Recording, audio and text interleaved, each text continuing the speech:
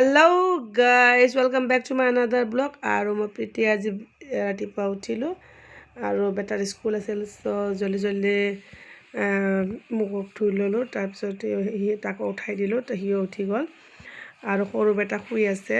চ' ডাঙৰ বেটা মুখ ধুব দিলোঁ আৰু মই ব্ৰেকফাষ্ট বনাবৰ কাৰণে আহিলোঁ। ৰুটি বনাই আছোঁ আৰু ৰুটি আৰু চাহ দিম তাক আৰু কণী এটা ফ্ৰাই কৰি দি দিম টিফিনত। আৰু সি স্কুলত যাবৰ কাৰণে ৰেডি হৈ গ'লে, ওলাই গৈছে তাৰ ফ্ৰেণ্ডৰ লগত, সি গৈ আছে দেখিছেনে। আৰু তাৰপিছত মই ওপৰৰ পৰাই তাক চাই আছিলোঁ।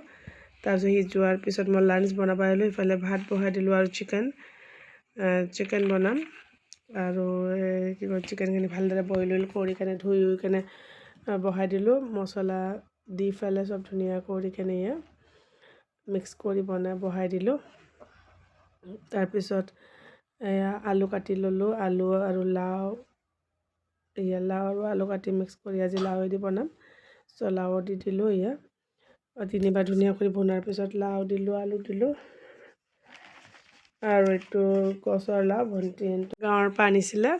আৰু মই ধুনীয়াকৈ কাম কৰি কেনে তাৰপিছত গা কাপোৰকেইটা কেইটামান কাপোৰ আছিল, চ' ধুই ল'লোঁ, ধুই কেনে গা ধুই ল'লোঁ আৰু গা ধুই কেনে ধুনীয়াকৈ চুলিটো ঝাৰি ল'লোঁ। আৰু তাৰপিছত কি কৰিম, কাপোৰখিনি লৈ যাম চটত মেলিবৰ কাৰণে।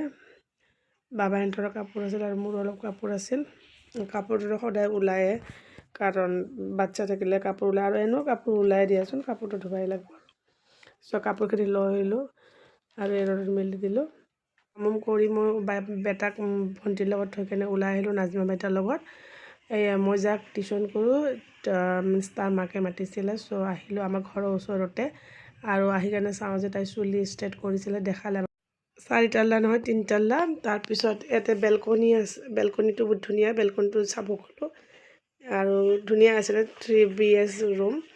আৰু দেখিছেনে বেলকনিটো বহুত ধুনীয়া, ভাল লাগে। আৰু কিন্তু বহুত ওপৰত, বহুত ভাগৰ লাগে। তাৰপিছত বহিব দিলে, চাহ খাব দিলে, মই বহিব নোৱাৰোঁ কাৰণ মোৰ সৰু বেটা ঘৰতে আছিল, সেইকাৰণে নাখালোঁ, গুচি আহিলোঁ। আৰু দেখিছেনে চিৰিদি নামি আহিলোঁ আৰু বাপৰে বহুত তাইও চুলি ষ্ট্ৰেট কৰিছে, চুলিটো দেখালে, ভাল লাগিলে। আৰু আমিতোতো চুলিৰ যত্ন ল'বও নোৱাৰোঁ, কেয়াৰো কৰিব নোৱাৰোঁ, কাৰণ লাইফত জানেই কেয়াৰ লোৱাই নাযায়, তথাপি মাজে মাজে ল'বৰ কাৰণে চেষ্টা কৰিম। আৰু দেখিছেনে ওলাই আহিলোঁ, এইটো ৰাস্তা আৰু এই ওপৰৰ পৰা মই আপোনালোকক দেখাম, চাবচোন ইমান ওপৰ, এই ওপৰটোত সিহঁতে থাকে। আৰু ফাইনেলি গুচি আহিলোঁ। তাৰপিছত ভাইয়াটোৱে ক'লে, ভাইয়াটোক ফোন কৰিলোঁ, আহিছোঁ যিটো হ'লে এইটো সুধিও যাওঁ, ফল্ডাৰ টেবুলটো আহিছে নেকি। চ' ফল্ডাৰ টেবুলটো আহিছে বোলে, চাইও আহোঁ একেবাৰে, ভাল লাগিলে লৈও আহিম ভাবিলোঁ। আৰু 2500। চ' কি কয় ক'লোঁ আৰু ইমান ভাল লগা নাছিলে, বিকজ এইটো হেণ্ডেলটো ধৰাৰ চিষ্টেমটো অলপ ডিফিকাল্ট আছে। চ' চাই আহিলোঁ, কৈছোঁ ভাল লাগিলে লৈ যাম। আৰু এইটো চাওক, এইটো টেবুলটো গোল চাৰ্কেল, এনেকৈ বহুতে ভাল লাগি আছে, বাট খোলোতে অলপ ডিফিকাল্ট আছে। তাৰপিছত মই গুচি আহিলোঁ আৰু নাজমা বাইতা গুচি গ'ল টিউশ্যন কৰিবৰ কাৰণে, তাই আৰবি টিউশ্যন পঢ়ায়। আৰু মই গুচি আহিলোঁ আমাৰ ঘৰৰ কাষতে আৰু তাতে মই কাপোৰৰ দোকানত সোমালোঁ। তাতে ইমান ধুনীয়া ধুনীয়া চাদৰ আছিলে, কম প্ৰাইজতে দি আছিল। চ' মই ল'লোঁ 150 কৰি দুটা, এটা 150 আৰু দুটা 300। এইটো দেখিছেনে, ইমান ভাল লাগিছে, কালাৰবিলাকো ব্ৰাইট কালাৰ আছিলে।